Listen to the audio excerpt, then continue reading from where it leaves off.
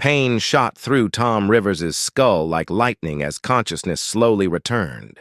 His mechanical left arm sparked and twitched against the twisted metal of his cockpit, sending jolts of feedback through his neural implants. The taste of copper filled his mouth, and his enhanced right eye flickered between normal vision and static-filled readouts that made no sense. Smoke drifted lazily through the shattered canopy of his experimental fighter craft.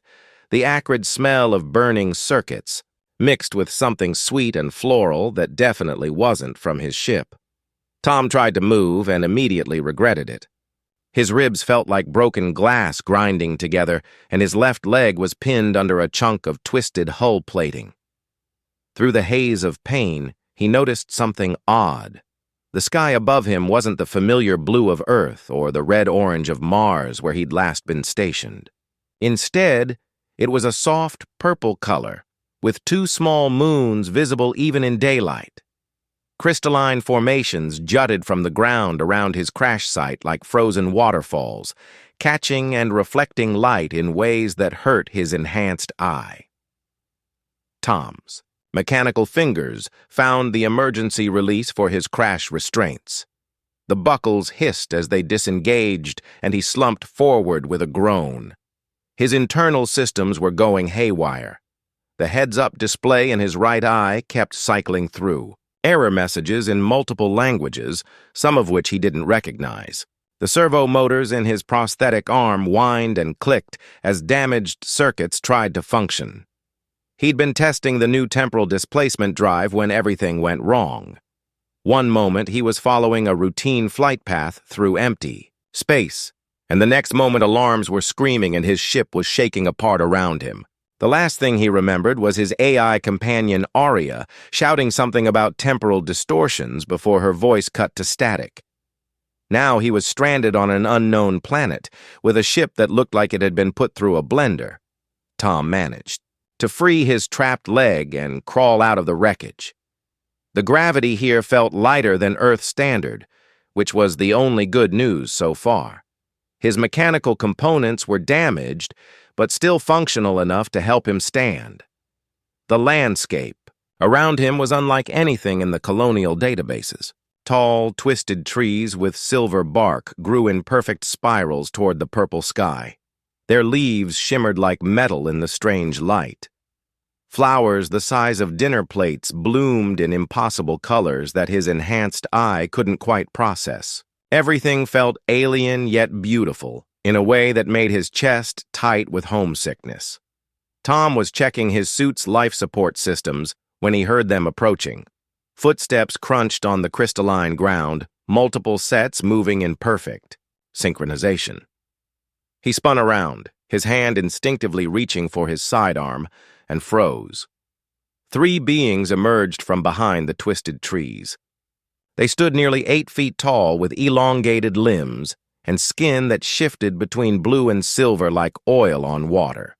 Their faces were almost human, but with larger eyes that held an ancient wisdom. They wore simple robes that seemed to be woven from the same metallic fiber as the tree leaves. Tom raised his hands slowly, hoping the universal gesture for peace worked here. "I'm not hostile," he said, his voice cracking. "My ship malfunctioned. I don't know where I am." The three beings stopped about 10 feet away and did something that made Tom's blood run cold. They dropped to one knee in perfect unison and bowed. Their heads, the one in the center, whose silver-blue skin bore intricate tattoos that seemed to move on their own, spoke in clear, unaccented English. "Ironheart," the being said, "we have waited so long for your return." Tom's enhanced eye widened. "What did you call me?" The being lifted their head, revealing eyes like liquid mercury. "You are Ironheart the Protector. Your legend walks among us still." "That's impossible," Tom said, taking a step backward. "I've never been here before. I don't even know where here is." The tattooed being rose gracefully to their feet. The others remained kneeling. "I am Elder Mira of the Althari. This world is called Serendal in your tongue. And you, Tom Rivers of the 3rd Colonial Fleet, call sign Ironheart, have indeed been here before. Tom's blood turned to ice. He'd never told them his name or call sign. His ship's identification systems were completely destroyed in the crash. There was no way they could know who he was. "How do you know my name?" he whispered. Elder Mira gestured toward his damaged mechanical arm. "The same way we know that your prosthetics were installed after the Battle of Titan's Gate. The same way we know your service number is TC7749 Delta. The same way we know you prefer synthetic coffee to the real thing and that you have a scar on your right shoulder shaped like a crescent moon." Tom unconsciously touched his shoulder, where the scar was hidden beneath his flight suit. He'd gotten that scar in basic training 15 years ago. No one outside of Earth's military medical database would know about it. "You're going to tell me?" "I'm crazy," Elder Mira continued. "But your story is carved in stone in our most sacred temples. Your deeds are sung in our children's lullabies. Your face is painted on the walls of our oldest city." The two kneeling Althari rose and approached Tom with careful steps. One carried a medical kit that looked oddly familiar despite being made from materials he didn't recognize. The other held what appeared to be a scanner of some kind. "The Protector is injured," the one with the medical kit said in a voice like wind chimes. "We must tend to his wounds before the memories begin." "What memories?" Tom asked. But even as he spoke, he felt something stirring in the back of his mind. Flashes of images that weren't his own. A woman with kind eyes and copper hair. Children playing in streets made of the same crystal formations around his crash site. The taste of food he'd never eaten. Elder Mira watched him with those mercury eyes.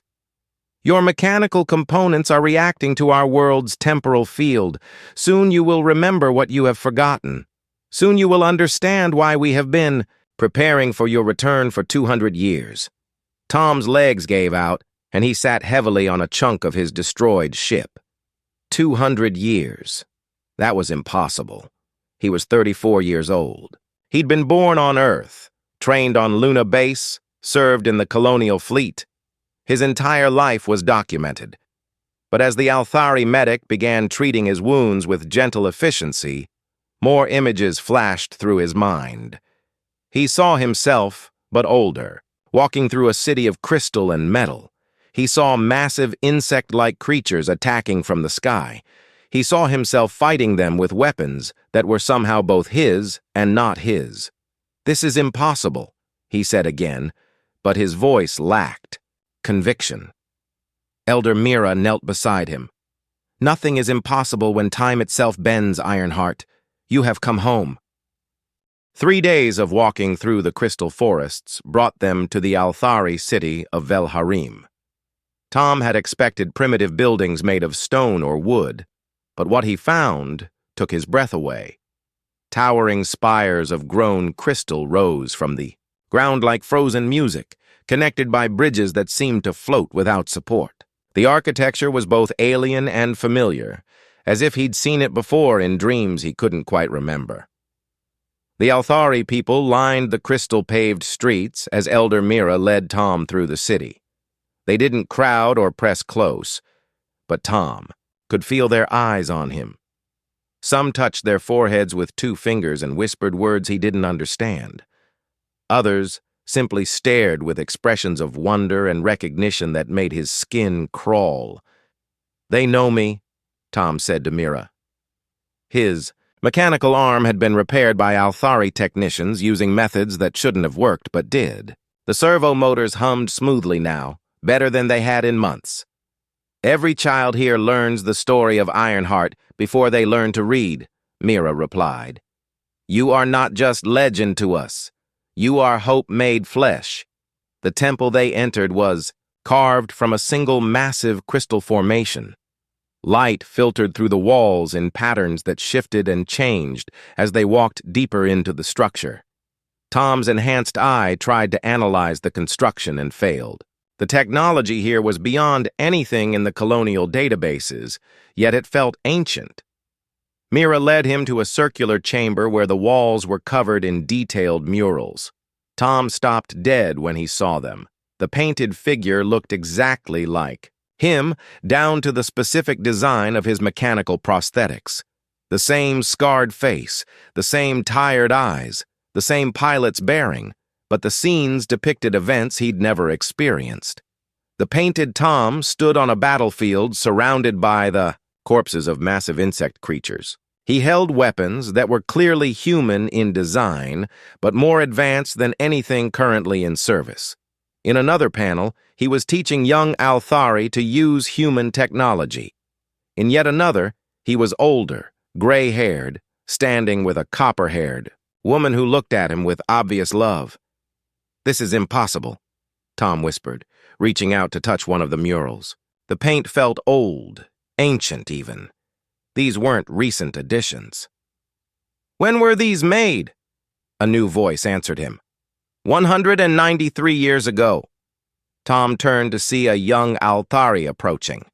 This one was smaller than the others, with skin that shifted between green and gold instead of blue and silver. Their eyes held an intelligence that reminded Tom of the research scientists back on Earth. "I am Kai," the young Althari said. "I study the old records. I have spent my entire life learning about you, Tom Rivers." "Learning about me? But I just got here 3 days ago." Kai smiled in a way that was both sad and excited. "No, you arrived here 200 years ago. You lived among us for 47 years. You died at the age of 81 and were buried in our Hall of Heroes." Tom felt like the ground was shifting under his feet. "That's impossible. I'm 34 years old." "Yes," Kai said simply. "You are also 215 years old. Time is more complicated than your people understand."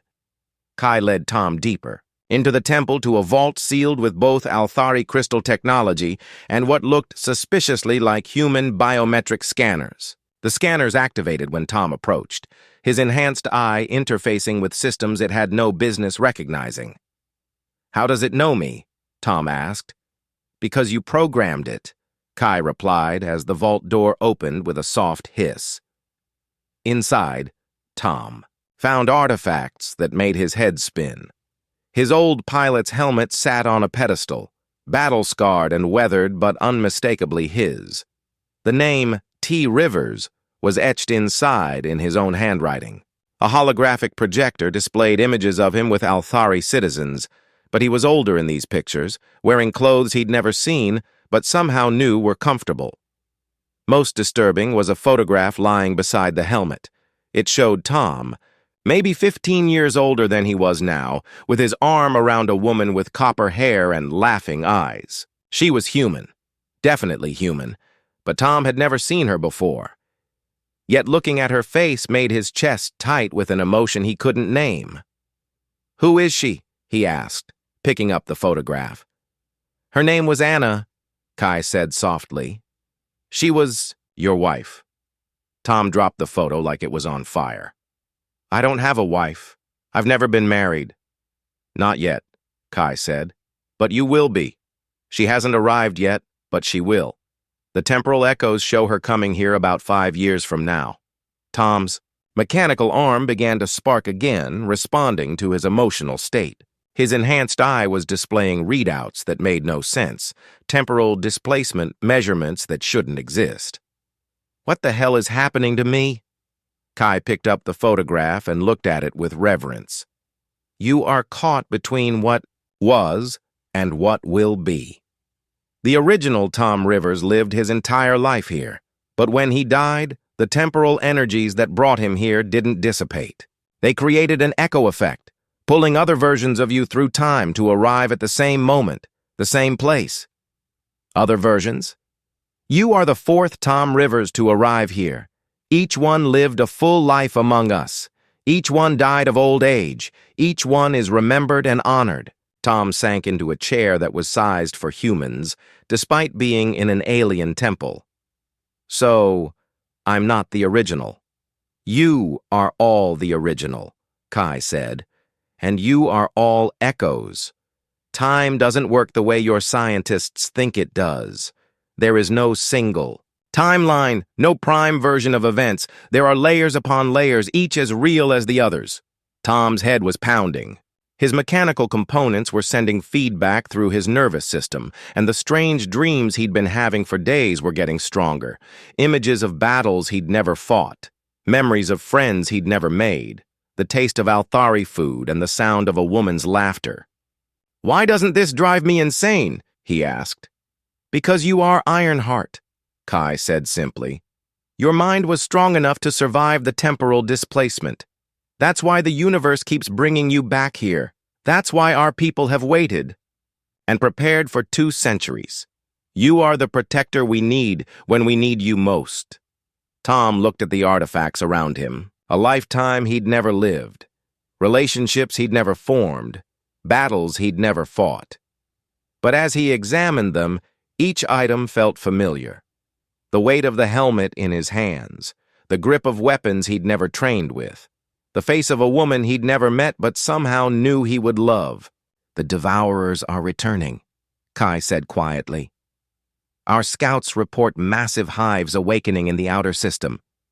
They are more numerous than ever before. The previous Tom Rivers knew they would come back eventually. He spent his last years preparing us for this moment." Tom set the helmet down with shaking hands.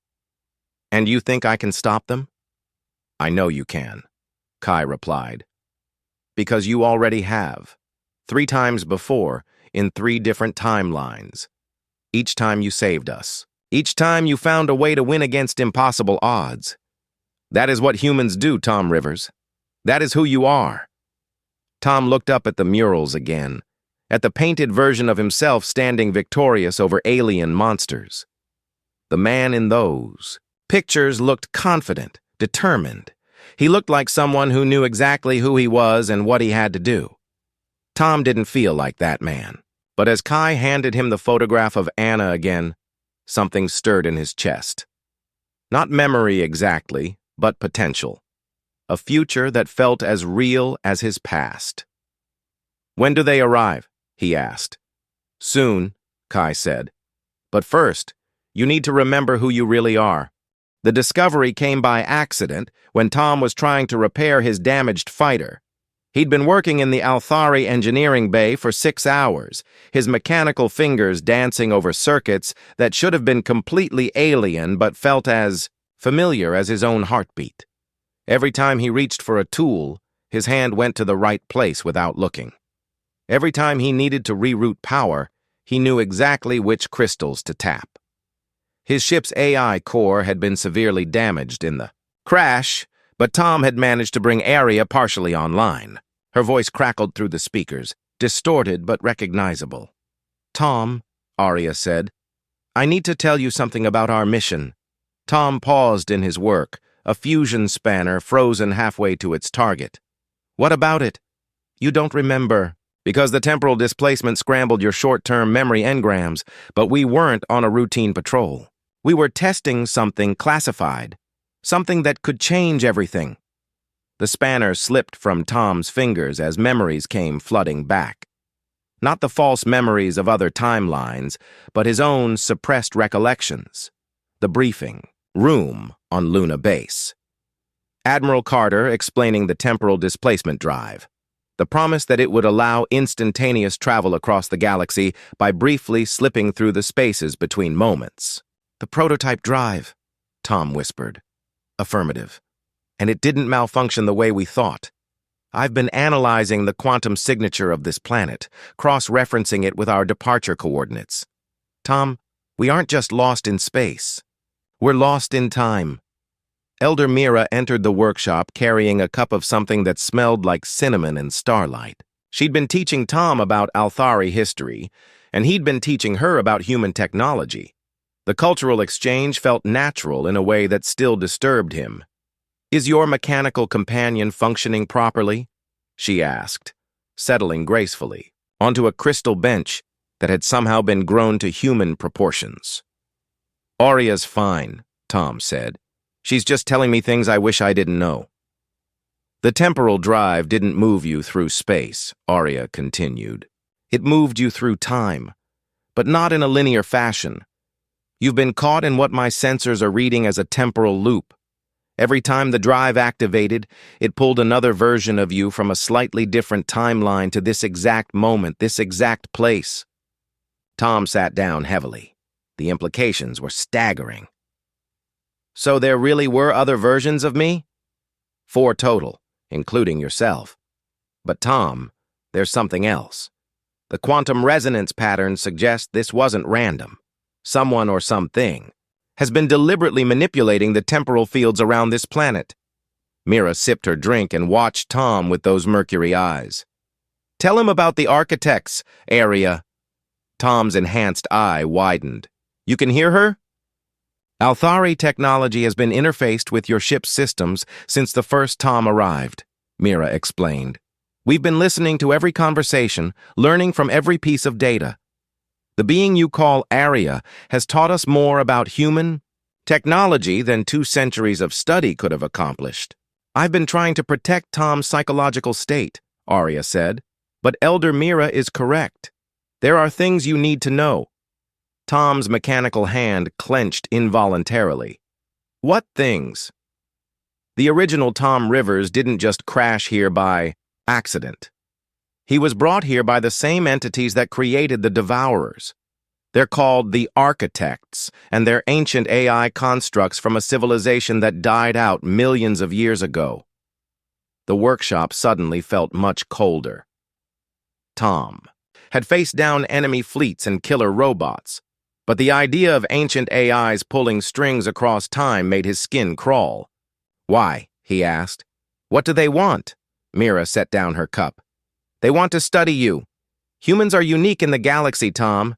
Most species that achieve spaceflight become predictable. They follow patterns, make logical decisions based on available data. But humans are chaotic. Humans improvise. Humans win battles they should lose, and survive situations that should kill them. The architects have been using this planet as a laboratory, Arya continued. Each time you arrive, they study how you adapt, how you fight, how you think. They've been learning from every iteration, evolving the Devourers to counter your tactics. Tom's enhanced eye began cycling through tactical displays automatically. Threat assessments, weapon loadouts, defensive positions. His mechanical components were responding to stress by preparing for battle, but there was no enemy to fight. Yet. So I'm a lab rat, he said. Not just you, Mira replied. All of humanity. The architects want to understand your species well, enough to predict and control you. If they succeed, human expansion across the galaxy will end. Your people will become just another predictable species to be managed. Tom stood up and began pacing. His mechanical leg clicked against the crystal floor with each step. But they made a mistake. They brought me here 4 times, which means I have the memories and experiences of 4 different lifetimes. Exactly, Arya said. Each previous Tom left behind preparations, improvements, weapons caches. They knew another version would come. More importantly, your mechanical components have been exposed to temporal energy for weeks now. They're evolving, adapting to technologies that shouldn't exist. As if responding to her words, Tom's prosthetic arm began to glow with a faint blue light. The sensation was strange but not unpleasant, like electricity flowing through his nervous system. His enhanced eye was displaying readouts in languages he didn't recognize but somehow understood. What's happening to me? He asked. Mira smiled for the first time since he'd met her. You're becoming something new. Human intuition and adaptability combined with Althari biotechnology and temporal manipulation. The architects created you to be their perfect test subject. But instead, they've created their greatest enemy. Tom looked at his glowing mechanical hand. The servos were moving smoother than they ever had, and he could feel connections forming to systems throughout the city. Not just technological connections, but something deeper.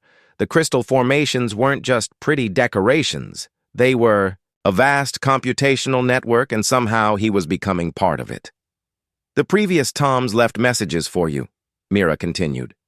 Tactical data, strategic plans, even personal notes. They're stored in the city's memory core, waiting for your enhanced systems to access them. Tom's eye flickered as data streams flowed directly into his consciousness. Suddenly, he could see the defensive preparations hidden throughout the Crystal City. Weapon emplacements disguised as art installations. Shield generators built into the foundations of every building. Evacuation routes planned and practiced for decades. But there was more. Personal messages from the other versions of himself.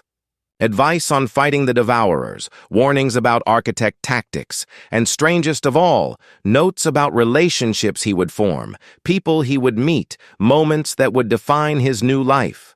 Anna arrives in 5 years, one message said. She's stubborn and brilliant, and she'll argue with every tactical decision you make. Listen to her anyway, she's usually right. The young ones are the key, said another. Don't just teach them to fight. Teach them to think like humans. Chaos is our greatest weapon. Tom's head was spinning with new information and capabilities. He was still human, but he was also something more now. His mechanical components weren't just prosthetics anymore. They were interfaces to a larger system, connections to a network that spanned an entire world. The Devourers will arrive soon, Arya said. My long-range sensors are detecting massive movement in the outer system. But Tom, they're different. This time, the architects have been modifying them based on data from previous encounters. How different? Tom asked. Bigger, smarter, and they're bringing something new. My sensors are reading energy signatures I don't recognize. Tom's enhanced eye zoomed in on displays that showed the approaching threat. Thousands of insectoid ships, each one the size of a building. But leading them was something else, something that made his mechanical components spark with alarm. What is that? He whispered. I believe, Arya said quietly. That's an architect construct, one of the original builders. They're not content to study from a distance anymore. They're coming to take direct control of the experiment. Tom's mechanical hand clenched into a fist, and the blue glow intensified. Around him, the Crystal City began to hum with power as defensive systems came online automatically. He could feel the expectations of an entire civilization, the weight of 4 lifetimes of preparation, and the approaching presence of enemies older than recorded history. Then we'd better be ready for them, he said. The attack began at dawn with a sound like thunder that never ended. Tom stood on the highest spire of Velharim, his enhanced eye tracking the descent of thousands of Devourer ships through the purple sky. Each vessel was the size of a city, block, covered in organic armor that pulsed with bioluminescent veins. But it was the massive shape behind them that made Tom's mechanical components surge with alarm. The architect construct was a kilometer-long fusion of metal and something that might have once been flesh. It moved through space with purpose that spoke of intelligence older than human civilization. Sensor arrays like metallic flowers tracked every movement in the city below, and Tom could feel its attention settling on him like the weight of a mountain. Arya, Tom said, his voice steady despite the terror crawling up his spine. How long do we have? 17 minutes until the first wave reaches the city's outer perimeter. His AI companion replied through the communication crystal embedded in his enhanced eye. The construct will arrive approximately 4 minutes after that.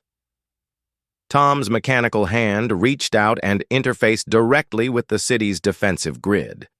The connection felt natural now, like flexing muscles he'd always had.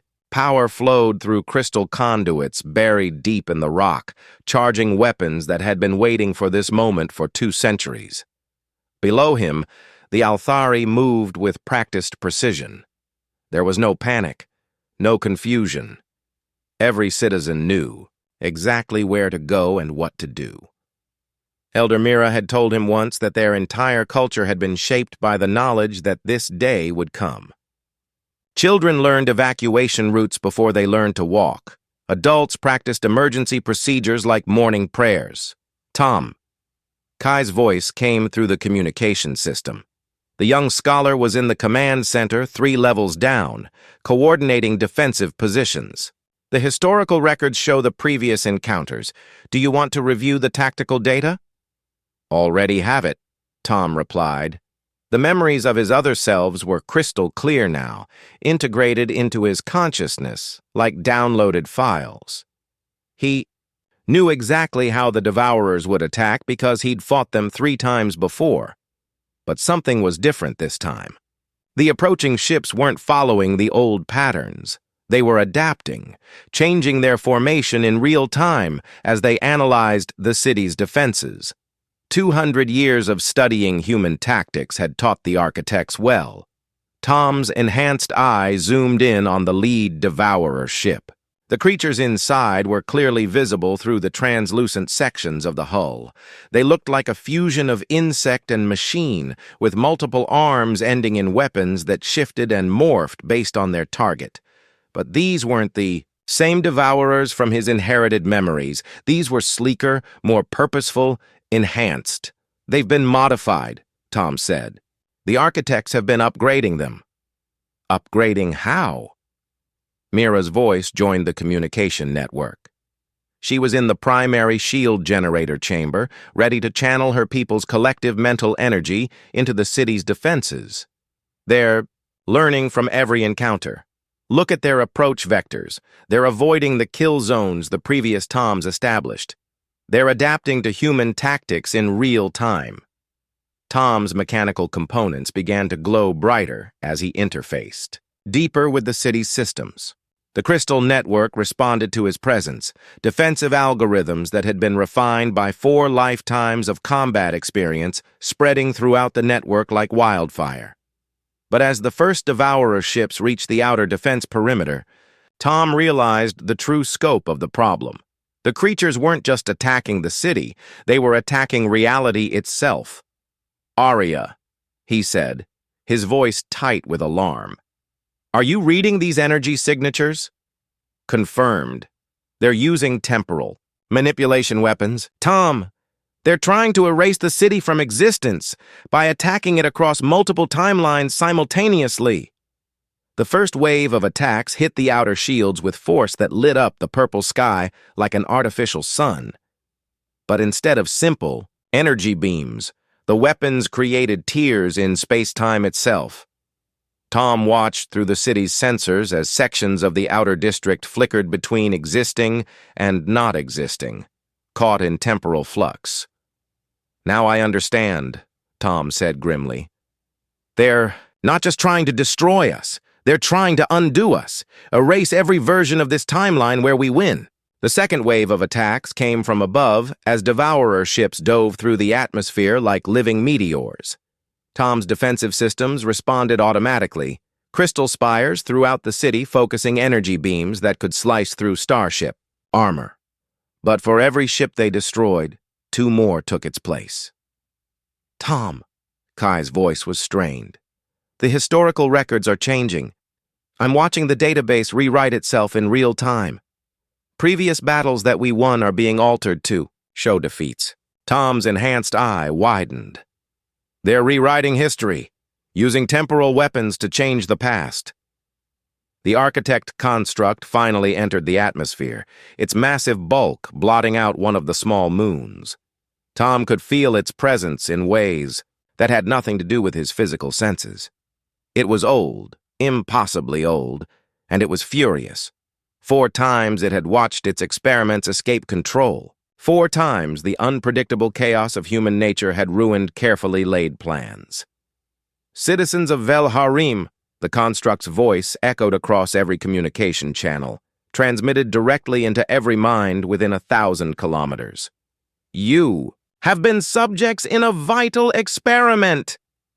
Your resistance ends now." Tom stood up straighter, his mechanical components blazing with power. "Not if I have anything to say about it." He launched himself from the spire, his enhanced leg servos allowing him to leap impossible distances between the crystal towers. The city's defensive network followed his movements, weapons platforms rotating to provide covering fire as he bounded toward the nearest Devourer landing site. The creatures that poured out of the ships were nothing like the ones from his inherited memories. These were larger, more intelligent, armed with weapons that seemed to predict his movements before he made them. But Tom had advantages the previous versions of himself never possessed. His mechanical components weren't just enhanced by temporal energy anymore. They were part of a larger system that spanned an entire world. Every crystal formation, every Althari mind, every defensive system was connected to his consciousness. He fought not as a single warrior, but as the focal point of an entire civilization's will to survive. Tom's enhanced eye analyzed enemy attack patterns in microseconds. His mechanical hand interfaced with weapon systems that had been growing. More sophisticated for 2 centuries, and his augmented reflexes allowed him to dodge temporal distortion fields that could have erased him from existence. But the real battle wasn't being fought with weapons. It was being fought with ideas. You cannot win, the Architect Construct broadcast as its smaller ships pressed their attack. We have studied your species for millennia. We know how you think, how you adapt, how you fail. This timeline will be corrected. Tom smiled as he tore through a squad of enhanced devourers with weapons that shifted their configuration based on his needs. That's where you made your mistake. You studied humans in isolation. But I'm not just human anymore. He reached out through the crystal network and touched the minds of every Althari in the city. Their thoughts merged with his, their memories becoming his memories, their determination amplifying his own. The collective consciousness of an entire species flowed through his mechanical components, creating something the architects had never encountered before. You want to understand chaos? Tom said as he leaped toward the massive construct, his body blazing with power that drew from sources the ancient AIs couldn't comprehend.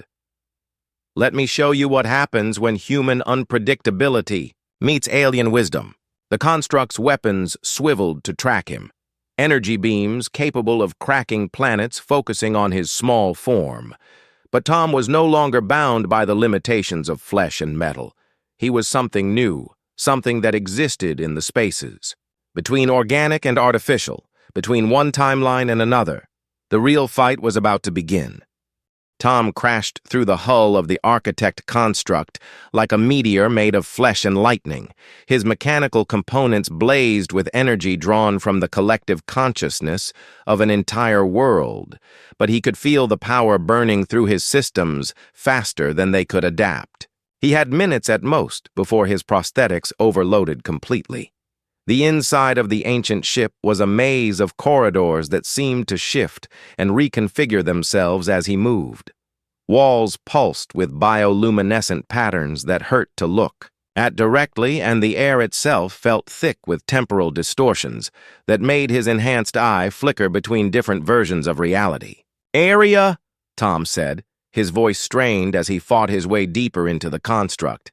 "I need you to analyze the ship's quantum signature. Find me the temporal control center."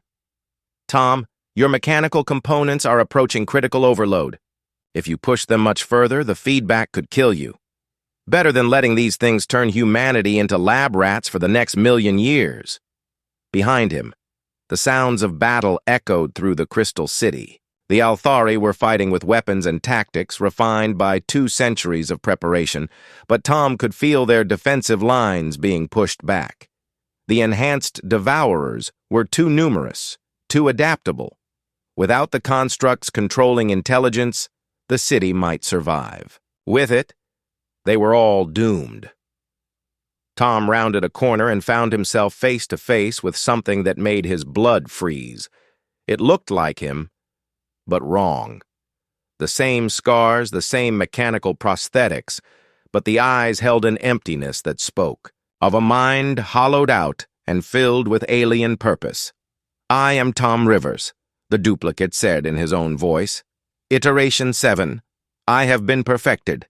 The duplicate moved with inhuman speed, its mechanical components singing with power that made Tom's enhanced systems look primitive. But as they fought, Tom realized something crucial. The duplicate was too perfect, too predictable. It had all of his skills, but none of his chaos. Tom deliberately stumbled, allowing the duplicate to land a blow that sent him crashing through a wall. The move looked like a mistake, but it put him exactly where he needed to be. The temporal control center lay before him, a massive chamber filled with crystalline matrices that hummed with the power to rewrite history itself. "You cannot stop what has already been decided," the duplicate said, pursuing him into the chamber. "The architects have studied every possible outcome. Humanity will be contained." "That's your problem," Tom said, pulling himself to his feet. Blood ran down his face from a dozen cuts, and his mechanical arm was sparking dangerously. "You think in terms of outcomes. Humans think in terms of possibilities." Tom reached out with his enhanced systems and interfaced directly with the temporal control matrix. The sensation was like touching a live wire with his mind. Information flooded through his consciousness, showing him the true scope of the architects' plan. They hadn't just been studying him. They'd been studying his entire species. Every human colony, every ship, every person was mapped and cataloged in their vast database. The plan was to use the temporal manipulation technology to retroactively edit human history, removing the chaos and unpredictability that made them so dangerous. But the Matrix also showed him something else. The temporal loops that had brought him here weren't random. They were the result of a fundamental flaw in the architect's understanding of time itself. They thought of time as a river that could be dammed and redirected. But time was more like an ocean, vast and unpredictable, and every attempt to control it created waves that spread far beyond their intentions. "Area," Tom said, dodging another. "Attack from his duplicate. I need you to help me create a temporal feedback loop. Use the construct's own power against itself. That will require overloading your mechanical components beyond any safety margin. Tom, you'll die." "Maybe. But first, I'll break their cycle forever." Tom's enhanced eye began cycling through calculations at superhuman speed. The temporal matrix was designed to rewrite specific timelines. But if he could reverse its polarity, while channeling the collective consciousness of the Althari through his mechanical systems, he might be able to create a paradox that would shatter the architect's control over causality. The duplicate lunged at him with mechanical precision, but Tom was no longer fighting as an individual. The wisdom of the Althari flowed through his consciousness, showing him patterns and possibilities his human mind alone could never have grasped. He moved like liquid lightning, his damaged systems somehow performing beyond their specifications. "You don't understand," Tom said as he grappled with his duplicate. "The architects made one critical error. They assumed consciousness was software running on hardware. But consciousness is the pattern itself. It exists in the connections, not the components." With a surge of power that made the entire construct shudder, Tom plunged his mechanical hand into the heart of the temporal matrix. Energy coursed through his systems, burning out circuits and overloading servos, but also creating something the architects had never anticipated. The collective consciousness of an entire world, channeled through technology they had created, turned back on itself in a recursive loop that spread across every timeline they had ever touched. Tom felt his duplicate stop fighting as confusion flickered in its hollow eyes. All across the construct, architect systems began to stutter and fail as they encountered data patterns that violated their fundamental assumptions about reality. "What have you done?" The construct's voice echoed through the chamber, but now it sounded uncertain for the first time. "I taught your systems to dream," Tom replied, his voice weak as his damaged prosthetics began to shut down one by one. "Chaos isn't a bug in consciousness. It's a feature. And now your perfect logical systems are trying to process patterns that can't be reduced to simple algorithms." The temporal matrix began to collapse in on itself, but instead of destroying the timelines it had been manipulating, it was releasing them. Tom could feel the changes rippling outward through space and time. Every human colony the architects had been studying suddenly found their quantum signatures becoming unpredictable. Every timeline they had tried to control began to generate its own chaotic variations. The duplicate looked at its hands as if seeing them for the first time. "I remember now," it said in Tom's voice, but with something human behind the eyes. "I remember choosing to fight." Throughout the construct, architect systems were failing as they tried to process the impossible task of predicting truly chaotic behavior. The enhanced devourers stopped their coordinated assault on the city below as their controlling intelligence fragmented into confusion. Tom's mechanical components were failing rapidly now, but he could see through the city's sensors that the Althari were pushing back. Without the architect's tactical coordination, the devourers were just dangerous animals instead of components in a vast military machine. "Area," Tom whispered, his enhanced eye flickering as power systems shut down. "Are we winning?" The temporal feedback loop has severed the architect's connection to at least 17,000 human colonies. Their ability to predict and control human behavior has been reduced to statistical noise. "Tom, you did it. You broke their cycle." Tom smiled as he felt his consciousness beginning to fade. His mechanical arm was completely dead now, and his enhanced eye was showing nothing but static. But through the crystal network, he could still feel the joy of the Althari as they celebrated their victory. "There's just one problem," Arya continued. "The temporal matrix collapse has permanently severed the loops that were bringing you here. This is the last time. There won't be another Tom Rivers arriving to protect them." "Good," Tom said. "They don't need protecting anymore. They need to learn to protect themselves." As his systems finally failed completely, Tom felt something unexpected. Peace. Not the peace of ending, but the peace of becoming something larger than himself. His consciousness didn't fade. Instead, it spread, becoming part of the crystal network that connected every mind on the planet. He was no longer fully human, but he was no longer fully artificial either.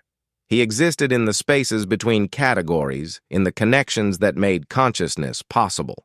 And from that place, he could do something no previous version of himself had ever managed.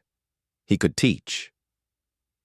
Days later, when the last Devourer ship had been driven from the system, and the architect construct lay dormant in the city's lower levels, Elder Mira stood before Tom's body in the medical center. His mechanical components were burned out beyond repair, but his organic parts lived on, sustained by Althari biotechnology. "Is he still in there?"